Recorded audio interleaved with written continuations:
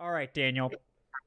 I've talked about the Bengals game an awful lot on the watch party and otherwise. So I'll give you the floor first to wherever you want to take it. Sort of, we did get to see a little bit of the starters. We got to see an extended look at Taylor Heineke, which we didn't get to see at all in week one, among other things. But yeah, sort of what was one of your main takeaways from that game?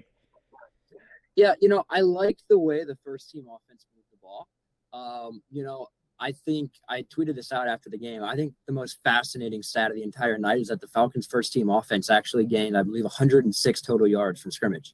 Of course, they lost 28 from various penalties that, again, I would consider to be quite uncharacteristic looking at last year. And I mean, like, if you look at Chris Lindstrom with 2 penalties in one drive, but I think he had 3 the entirety of the last 2 years, like that's not a guy that you're worried about being penalty prone. So, again, I kind of was I believe the Falcons finished the game with about 10 penalties for 62, 65 yards, kind of somewhere in that range.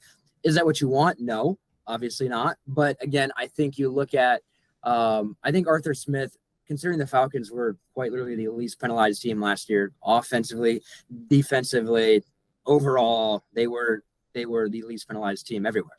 So I think Arthur Smith deserves a little bit of the benefit of the doubt there. And I think that there should be a lot of confidence that that's not going to be a problem that, filters into the regular season. And I think it's more important to kind of focus on the actual offensive efficiency, which I thought was very high.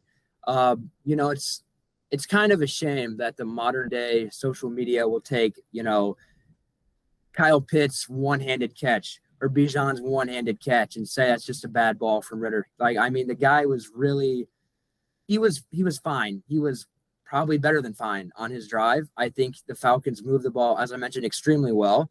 And that's all the Falcons want Ritter to do, is to be a facilitator. Arthur Smith has said this, and it's pretty much, I feel like, a common thought that Ritter doesn't need to be particularly special to win games.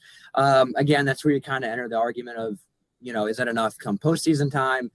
I think you kind of cross that bridge when you get there. But I think that as of right now, preseason wise, I think you're kind of looking at, can he move the football? That's the one thing Arthur Smith has said from the jump is, are you moving the ball? Like, that is object, 1A of playing QB in the NFL is, can you move the football?